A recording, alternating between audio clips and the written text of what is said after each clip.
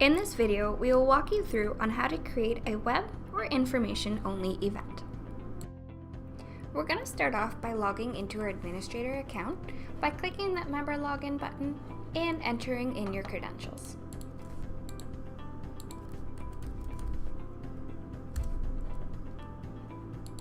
To work on the back end of our calendar, we're going to scroll back to the top, click on your name, and click Switch to Club Central. In order to access the back end of your calendar, you're going to look for the Event Management application square. In order to create an event, you're going to click on that Create Event tab. And now we can start with the name of our event. So this one can be our movie night. Below that, we can select our category. So remember, these are the categories that are brought forward from Jonas Activity Management or Encore Activity Management. This one, I'm going to use social. And your location works the same way as well. These are all brought over from Jonas or Encore. And we can select the location that we want this event to take place in.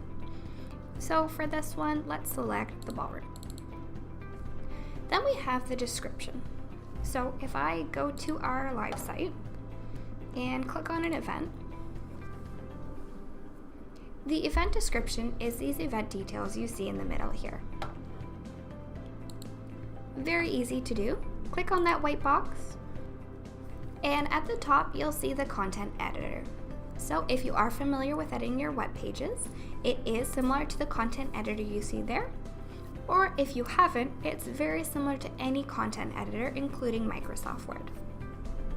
So in our description, we can add the title for our event. It's our movie night. And maybe we want to give that a heading tag and center align that. Maybe we can also add some subtext as well.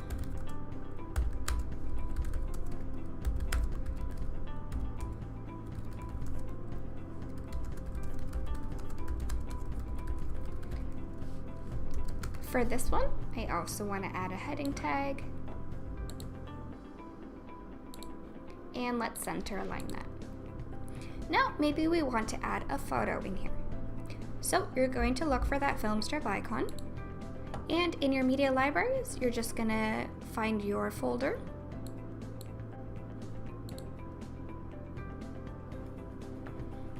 And select your file. And save and close. Let's center align that as well. Now, maybe we want to add some contact information here. So we can put our text.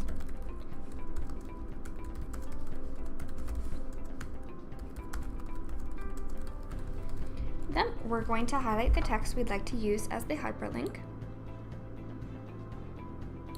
And you're going to click on the little chain link icon. Because we're doing an email link, we're going to click on the email tab. And your only mandatory field when you are doing an email hyperlink is your to field. So we can put our email. Everything else is optional. So if you like, maybe we want to populate that subject so that anytime someone clicks on that email, it's automatically going to fill in the to field and the subject for them. And we can save and close. If you like, you can do external web links. And you can also link to PDFs or images as well. Once you've added your event description and you're happy to go, we can just click close. Note, you can't click on a hyperlink from here. We can do that once we are in preview mode. Now that we've added the description for our event, we can see a brief preview right here. If I scroll down, we can now set the date of this event. Simply click on the drop down and select the date. This one will have it as the upcoming Saturday. Then for your time, you have 4 options. Your regular time will allow you to have a start and end time for that event. An all-day event will show that event as listed as an all-day event on your calendar. So if I navigate to our calendar and let's view that event time, you'll see this is what the all-day looks like. No time, meaning no time will be listed on the calendar for this event. or no end time, meaning that, you know what, maybe I know my movie night is going to take place at 4:30 p.m., but I don't know when exactly it's going to end. So you don't have to put a specific end time in here. For this one, we're going to go with a regular time, and we'll set that up at 7 p.m., and we'll have it end at 9:30 p.m. If you like, you can add a new seating time, which will allow you to add multiple seating times for this event. Once you've set the date and time for your event, you can decide if you want this event to be a reoccurrence. If so, just checkmark that yes box. Here, just like your time, you have 4 options. We can have this event repeat daily. So maybe it's a 3-day conference. Instead of having to create this event 3 times, I can have it repeat 3 days straight. You have the weekly option, how many weeks you want it to repeat on, so maybe every 2 weeks, and maybe I want it to repeat every Tuesday and Thursday. You have your monthly option. With this, you can choose to have this event repeat on that specific day every month. However, we don't necessarily know that the 22nd of every month will always be a Saturday.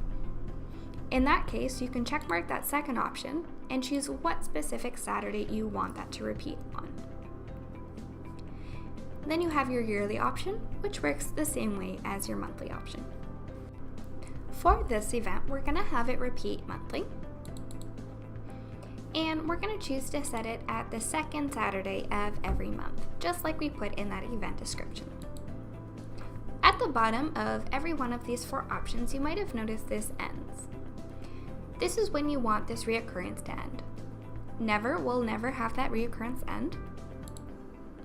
By will allow you to choose a specific date that you'd like this event to end by. Then you have after, which will allow you to pick the number of occurrences that you want for this event, and after 3 occurrences, this event will end. Just make sure as you're going through, you do want to click that save button. Now, just a few more options to look at the right-hand side of the screen. Under restrictions, this disallow online guest registration. You can just ignore this, as this feature is not applicable to web-created events. Then we have the other settings. So if we recall, we have that calendar at a glance. So if I go to our live site, and let's go back to Member Central, your calendar at a glance is this upcoming events web part. So if you decide that you just don't want this event displaying there, we can always checkmark that box to hide from the calendar at a glance. Then, if you like, you can check this box to allow public users to view this event, if you do have the public events module enabled. Note that because this is a web or information only event, the email notification tab is disabled. Now that we've got everything set up, let's go ahead and preview our event, simply by clicking that preview button. From here, we can see the title of our event, date, time, category, and location, and we can also test out our hyperlinks. So in the middle, we did the contact. So if we click here, if you do have an email program on your computer, you'll see that it is going to populate the to field for you that we filled out, as well as that subject line.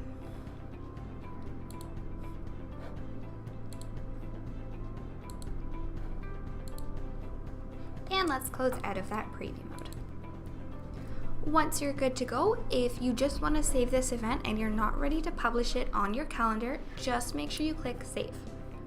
But if you are ready to go, we can click save and publish.